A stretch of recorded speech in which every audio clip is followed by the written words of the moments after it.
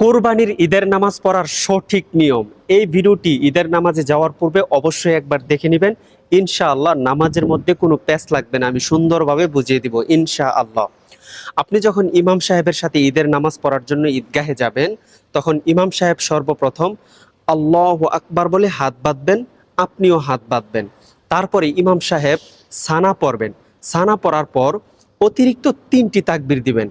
আল্লাহু আকবার বলবেন, হাত ছেড়ে দিবেন। দ্বিতীয়বার আল্লাহু আকবার বলবেন, হাত ছেড়ে দিবেন। তৃতীয়বার আল্লাহু আকবার বলে হাত বেঁধে নেবেন। তারপরে ইমাম সাহেব সূরাতুল ফাতিহা এবং তারপরে অন্য আরেকটি সূরা মিলাবেন। তারপরে ইমাম সাহেব আল্লাহু আকবার বলে রুকুতে যাবেন। রুকু এবং সিজদা কমপ্লিট করে আল্লাহু আকবার বলে দাঁড়িয়ে যাবেন।